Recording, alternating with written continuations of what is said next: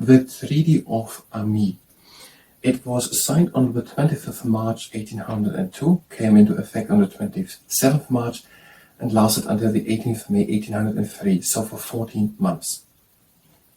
And it was the only time of general peace in Europe in these 14 months between 1793, around the time of the French Revolution, and 1814, the Battle of Waterloo. And it ended the wars of the Second Coalition, and one big thing was that Britain accepted France now as a republic after the French Revolution. And there were some people signing it. It was for Britain, was it the Marquis of Cornwallis? For France, it was Joseph Bonaparte, brother of Napoleon Bonaparte. For the Batavian Republic, that is somewhere where Belgium and the Netherlands are, the Batavian Republic, Rutger Jan Schimmelpenninck, and for Spain, José Nicolás César. And why was it made? Now, there were also humanitarian reasons. The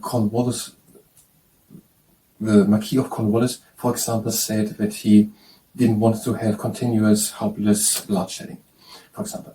Or another thing was that the Prime Minister for domestic issues in Britain had changed in 1801 from William Pitt the Younger to Henry Edding.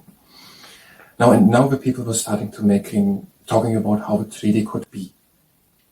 And it wasn't going so well. The Batavian Republic is here written and quoted then that they were seen by the French. There was a lack of respect for them, that were seen as vanquished and conquered, and that they owned France everything.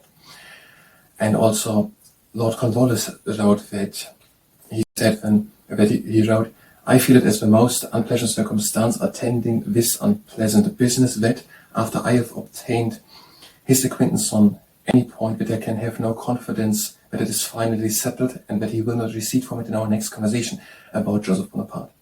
Now it was talking there. Was it Lord Hawkesbury on the British side, with Louis Guillaume Otto on the French side, the French Commissioner of War in London? But Louis Guillaume Otto was detailing the instructions of Napoleon, and so then Lord Hawkesbury opened the second line of communication with sending Anthony Merritt to Paris to talk in the second line of communication with Talleyrand, Charles-Marie Talleyrand. And when we're talking, and then there were some things happening, why they had to sign now under pressure. And Britain was talking about the budget in the parliament. It's not said explicitly here, but it must be about on what money to spend in the next year, on military, if wars continued or not. And there was a huge pressure on Lord Cornwallis to sign or to not sign, which Lord Cornwallis seemed to not want, because he wanted peace.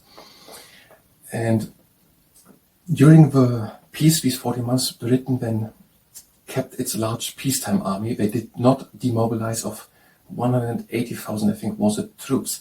And also they used that year to build up the navy. And then they had given Lord Hawkesbury an ultimatum to sign, and then they're talking about Malta. Malta was the big issue. Who got Malta? It seemed to have been part of St. John's Holy Knights order, and then it became occupied by France. But then during the war, Britain had got it in. It was in the hands of Britain. And then we were talking about that, and then Lord Hawkesbury got an ultimatum to sign, and after then, shortly after the ultimatum had run out, after a 5-hour-long meeting, Lord Hawkesbury signed. And he said he was worried and unhappy with the treaty, but he also was not happy that the war would go on and it would be just hopeless, useless bloodshed. About the signing of this preliminary agreement, which was done then, there was a great joy in Europe. There were poems written in the languages German, English, French. And on the stage, people were acting it out, and fireworks were done in Britain. In Britain, the people hoped that the income tax, which had been imposed a few years earlier, would be gone away, that the market had a revival, and that the grain prices would go down. Some reasons for making the treaty were also on Britain's side, that they feared war with Russia, and that they wanted more trading with Europe. And now it was signed, and the people waited for it, wanted it. And another reason was that the mood was a bit changing in Britain about some people who wanted peace. Now read about the things which were happening in Europe with Napoleon, and they read about it in newspapers, more strong moralizing colors. It's written like that here. And that made the people who wanted peace also turn away. Lord Hawkesbury also saw that is what he saw. And so he had a pressure to come to peace before the public opinion would change. It was happening that France was involving stronger in the Batavian Republic. France was supporting a French general with a revolutionary coup d'etat, and also, I don't know something else, but that was. And they read about it and they saw that France was having influence, and that's also why the pressure to make that peace now.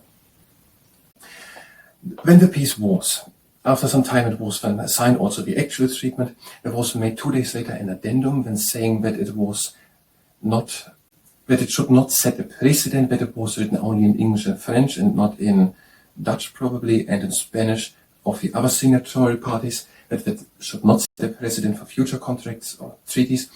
And also then that some titles were said wrong, that is not part because of prejudice or something.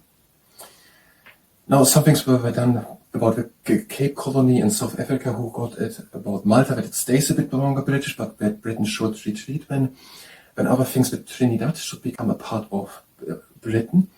That was allowed to Spain. Spain's allegiance with France came a bit under pressure during the time.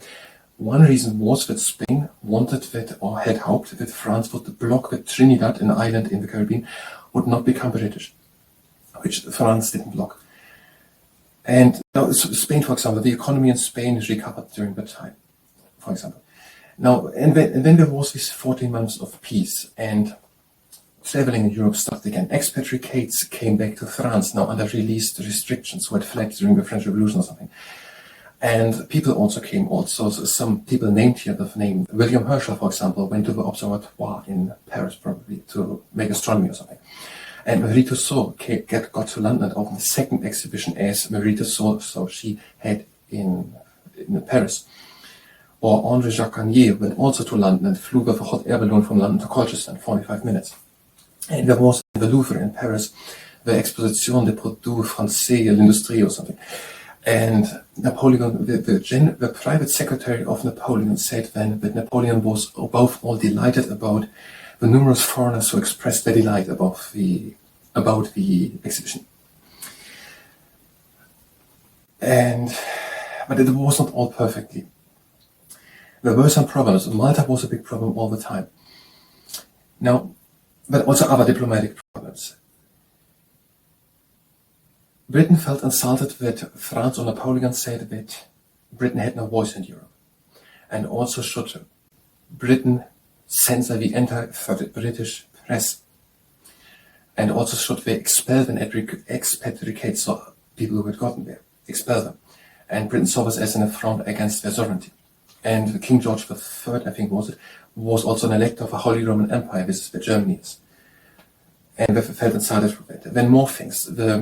Napoleon had made the Treaty of Lunéville a year earlier to the Treaty of Amiens. Britain had not signed it. Napoleon had signed it, and in that he had said that he would not accept the presidency of the Italian Republic in northern Italy, which he then did, and he became the president of northern Italy. And also sent troops into the Helvetic Republic in Switzerland and occupied it. And also a stronger influence than more on the Netherlands. And he dispatched naval ships or something, to regain revolutionary Haiti in the Caribbean. And also to take control again or still, of French Louisiana. Louisiana was then sold by Napoleon to the United States, to the Thomas Jefferson administration. Other things which Napoleon also did was to make the Napoleonic Codes with the Concordat. He made peace with the Vatican. That was one thing said, for example, in the treaty, that he should retreat from the Kingdom of Naples and from the Papal State and from Egypt also. That has been also a big issue when the treaty breaks down. So Napoleon made the Concordat to make peace with the Vatican, the Napoleonic Code, with that he did something, and also a new constitution. A new Napoleonic Code making a new legal system in France, and a new constitution with which he became emperor of lifetime. Now, and when these were the promises. So Britain saw themselves threatened, insulted, and also threatened on the global stage by France's imperialistic actions which they did. and also that they had nothing to say in Europe, and that France was not holding to the Treaty of Luneville, but they attacked Switzerland and accepted the presidency of Italy. And we saw that France was weak. Britain kept a large peacetime war army and did not demobilize and built out its navy. And when the war started again, Britain was in the Battle of Trafalgar very quickly able to regain an upper hand on the oceans with the Battle of Trafalgar a bit later. And they saw that France was in a weakened position also. And now, then there became more diplomatic problems. So Britain saw it, what was happening in Europe with Napoleon, and then they seized on the Malta issue. ETLKDAFI, they seized on the Malta issue. They had signed in the treaty that we would retreat from Malta within 3 months, and they didn't do it. And Napoleon pressed them on it. He published a report in which he stated how easily he could regain Egypt or take Egypt. That was something similar which he did. And then also later he said then to Lord Whitworth, which was the British-French ambassador, in an interview that Britain should retreat from Malta, and he threatened war. And Lord Whitworth felt like he had gotten an ultimatum that war would come if not Britain would go away. And so he said how easy he could get Egypt, and that he would have war if Britain would not retreat. Britain was seeing that he was having actions in Switzerland, in the Helvetic Republic, in the Batavian Republic, with the influence on Netherlands or whatever it is, Belgium. I don't know if just what it takes. And these things. And then it got more and more. Then Napoleon said then also in a public meeting again, where other people were there, pressured he again onto Malta. And that saw now the Russian ambassador, Markov, and he reported then back to Russia, to the Tsar, that France was threatening. And also did he report then back to Russia that France was, rumors that France would had taken an eye on Hanover and on Hamburg in northern Western Germany. And following that, then the Russians accumulated, assembled troops in the Baltic because of the threats of Napoleon then to Western Germany, because Russia saw it as now that would now be part of their business if Napoleon would be doing something then in Western Germany. It was not Germany at the time. And then Britain made an ultimatum to France, and saying that France would retreat from Switzerland and something else, and that Malta would be staying part of Britain for 10 more years. Napoleon said then that he would accept the Ottoman Empire's, so that Turkey is, the Ottoman Empire's integrity. That had probably something to do with Egypt, that he would not attack Egypt again. The British troops were also, there was war led something. I don't know, just from this article. But he did not accept that on Malta. And when it got worse, they were talking again under big pressure that war was imminent. And then on the 17th May, then Britain seized all the ships, all the French and Dutch ships in the ports and at the coast. On the 18th May, then war was declared on France, naming the region as reason the hostile actions against the Empire, the West Indies, and Britain. And then on the 18th May, war was declared again. France then also arrested all male British people. Some were taken as prisoner for over 10 years then, until all the wars, the Napoleonic Wars, had ended. And then the war got on again. This time Austria and Russia joined the coalition against France. And at that time also, shortly before the war started, France was again making signs that they would attack Britain again. Now here's the text that is written like that. Napoleon didn't feel ready to attack again, to make war again. So he showed signs that he was preparing again an invasion of Britain. It never happened that Napoleon invaded Britain, but he had made preparations early or something. And now he made signs that he would do it again. When the seizing all Dutch and French ships, I don't even know if that news made it to Napoleon. So and then one day later on the 18th, then declaration of war against France. France arresting then all the people who were English, how big of an impact it was, it's not really here. And when in secret the Grand Army of Napoleon was marched away from France, from Normandy, where we were assembling to pretend that we would attack England, to Ulm and defeating there the Austrian army. And then one day later is the Battle of Trafalgar, where Britain wins with the ships against Admiral Nelson against Spain and France. But then the next battle comes at Austerlitz, and where Napoleon wins then, but the wars go on for about 10 years. And then there is the Battle of Waterloo then in 1814, and where Napoleon is then defeated. And the Treaty of Amiens are these 14 months in between these 30 years of war in Europe. And that is according to the Wikipedia article of the Treaty of Amiens, but the views and positions mentioned here in the article don't necessarily align with my own or with the entities spoken of. Hi, welcome. I'm trying to learn history. Today, the Treaty of Amiens.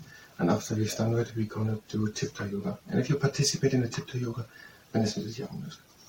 And we already read all 5 pages. And now we want to prepare the presentation about the Treaty of Amiens. We want to say at least the main things. Okay, it was from 1802 until 1803 in effect. And it ended for this year the hostilities between France, the Spanish Empire, the United Kingdom, and we're talking about Warsaw. So between France, the Spanish Empire, United Kingdom, and United Kingdom, these 3, and maybe Netherlands and something, Bohemia was also there. So mainly between France and Britain, but also the Spanish Empire. And it was the end of the French Revolutionary Wars. And it was then for 1 year peace, and then the Napoleonic Wars continued.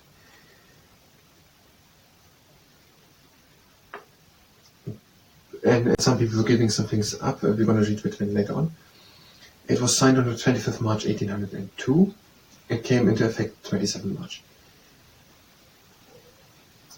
It lasted until 18th of May. And it was the only period of peace in Europe between 793 and 1814, so for 30 years. Britain recognized the French Republic. Okay, Britain was recognizing the French Republic after the revolution in France. That is something important. Okay, national goals. Wanted more trading again with the continent. And it wanted to make more trading with Russia. It was also Russia who provided the momentum to negotiate with France. Napoleon used it 1 year for a reformation. The Napoleonic Code was made with a new legal system. He made peace with the Vatican by the Concordat, and a new constitution. Constitution was given out, which gave Napoleon ruling power over for his lifetime. France made territorial gains in Switzerland and Italy.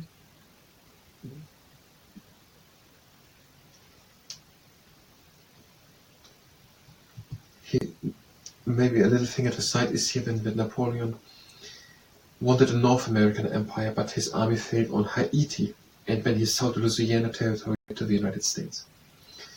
Because it wasn't working with his North American empire.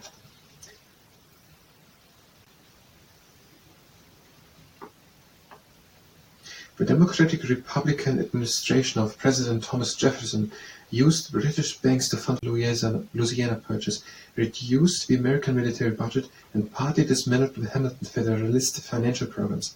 The French West Indies, as a result of the treaty, no longer needed to use American ships to move their products to Europe. Although the term of the treaty did not favor his country, British Prime Minister Henry Ellington, so we save it maybe at the side somewhere, I don't know if it's really part of the Treaty of Amiens, but that the Democratic Republic administration of Thomas Jefferson got the funding, lended the money for the purchase of Louisiana from British banks. Also was the military budget reduced, and the Hamilton's Federalist financial program also dismantled. And the French West Indies were able to transport without the protection of American ships goods to America. No, just American ships, not protection of engineer. In Britain was the time used to build out the strength of the navy, the British strength, the Royal Navy. And the Royal Navy was when fighting was resumed in 1803, able to gain with the Royal Navy control over the seas. However, the isolationistic foreign policy of the United States, which was hostile to both Britain and France, and strongly opposed by the Federalist minority in Congress, came under heavy pressure from all sides. But he has not explained also the country you mentioned it. Early diplomacy.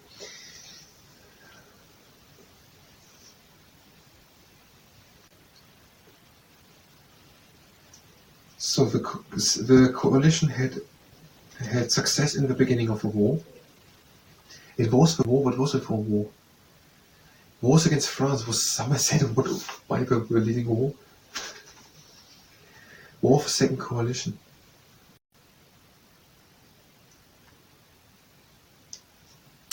Okay. At the beginning, France war had the lower hand and then France had the upper hand.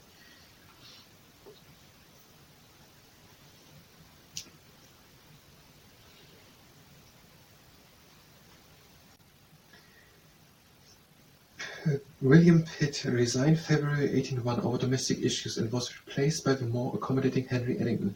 At that point, Britain was motivated by the danger of a war with Russia. Okay, Britain also another reason was they wanted to have more trade with Russia.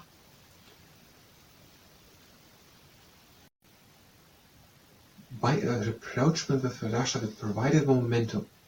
I don't know what a rapprochement is. Not trade with Russia is not mentioned explicitly here. They wanted more trade with continental Europe. And another reason is there was a danger of war with Russia, and Russia was also delivering the momentum to negotiate. Or at least one.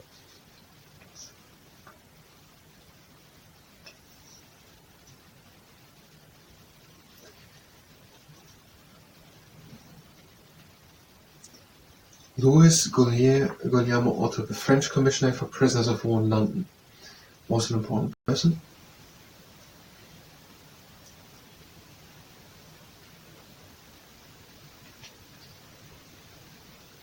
With Hawkesbury. So in Britain was it Lord Hawkesbury? Addington's foreign secretary, Robert Jenkins, Lord Hawkesbury, immediately opened communications with Louis Guglielmo Otto, the French commissioner for prisoners. Okay, it was Louis Guglielmo Otto on the French side. Hawkesbury stated that he wanted to open discussions on terms for a peace agreement. Otto, generally under detailed instructions from Bonaparte, engaged in negotiations with Hawkesbury in the mid-1801.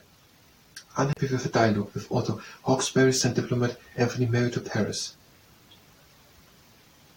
who opened a second line of communication with the French Foreign Minister Charles Maurice de Talleyrand-Pégray. Mid-September, written negotiations had progressed to the point that Hawkesbury and Otto met to draft a preliminary agreement.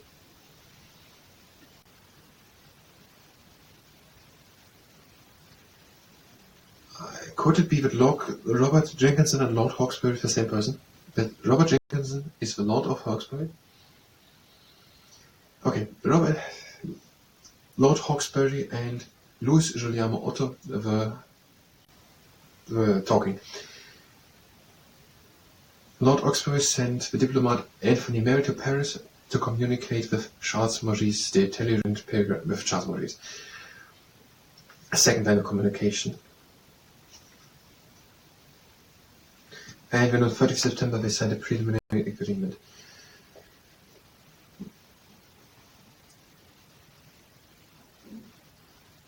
Britain had to restore the French colonial possessions that it had captured since 1794, to evacuate Malta and to withdraw from other occupied maritime ports. So Britain had to withdraw from French colonies which they had occupied, from Malta and from other Mediterranean ports.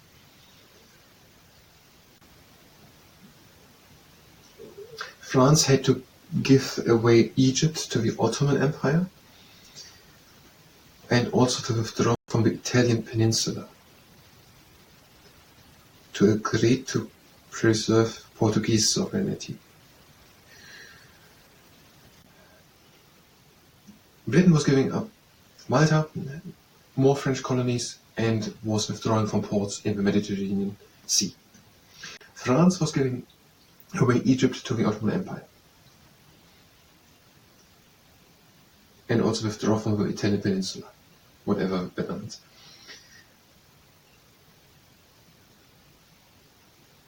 The Newfoundland fishery rights were restored to the pre-war status. Ceylon stayed British, previously Dutch. South Sri Lanka.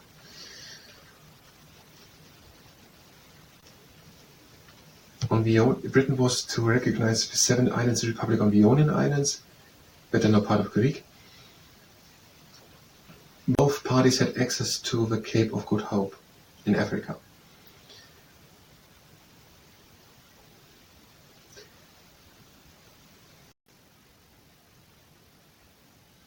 Spain was getting back Menorca, but Trinidad would remain British. Okay, it was greeted with great joy the signing of a deal, celebration of peace. Okay, we are now through the first 1.5 pages. We have the date, 27th March 1802, or 25th was it signed, 25th March, holding for a little over a year. Between Britain, France and Spain, recognizing the French Republic after the Revolution, Britain giving off Malta and the other French colonies which they had possessed, and then also Mediterranean ports withdrawing. France was giving off Egypt. Ceylon remained British. Ceylon and Trinidad remained British. Spain got Menorca back. And the Newfoundland fishery rights were restored, and Ceylon remained British. Lord Hawkesbury was on the British side, talking with Louis Guillermo Otto on the French side. Hawkesbury sent Anthony Mary to Paris for a second line of communication with Charles Maurice. Signing the treaty, whole treaty greeted with great joy. Napoleon was giving up his ambitions of a North American thing. Thomas Jefferson, the Louisiana Purchase, lending money, or whatever terms, lending money. The Napoleon Court, new legal system. Britain used the time to build up the Royal Navy, trading for a reason. Okay, we have the first 1.5 pages, and then there's a little bit more, and we're going to continue the next part. That means it was the history part. If you were here for history, you can go directly to the next part of history, where we will continue with the next pages and try to puzzle together our presentation. If you stay here and participate in the tiptoe, you're going to do that your own risk. Have feet sitting together, believe in the answer. Come up on the tiptoes. Out and down. In and up. Out and down. Come always from weight to the big toe. In and up. Out over to the side. In and up. Out over to the other side. In and up. Out and down.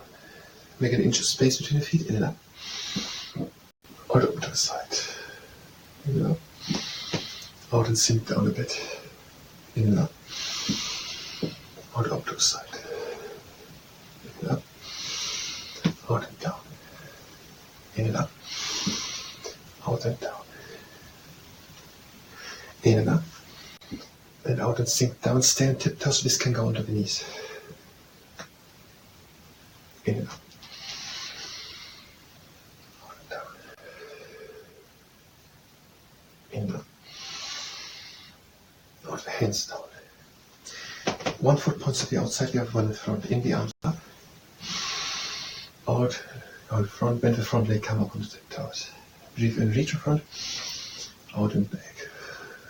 Breathe in, straighten the front leg. Out and sink down. Little change the position of the feet. Breathe in. And out and bend the front leg, come up on the tiptoe. Breathe in, reach in front. Out and back. Breathe and straighten the front leg. Out and back. Hands down. Legs apart. Breathe in the arms up. Breathe out and sit down. Come up onto tiptoes. Breathe in and push something imaginary heavy up. Out and down. In and up. Out and down. One more time, in and up. Out and down, heels down. Feet standing together, breathe in the arms up. Out and down, heels down. Bend the right leg and stretch the left. In and change. Out, stretch the right one. In middle, just down. Out the feet to the side, keep on hanging down. Breathe in. And out. Breathe in. And out, go over to one leg. Breathe in. Out and over to the other leg. Breathe in. Out into the middle and close the feet. Breathe in. And out comes slowly move around, back up. Back into the top of the shoulder. In the arms up. Hands to touch and down again. That was vertically over. I thank you very much, and until the next time.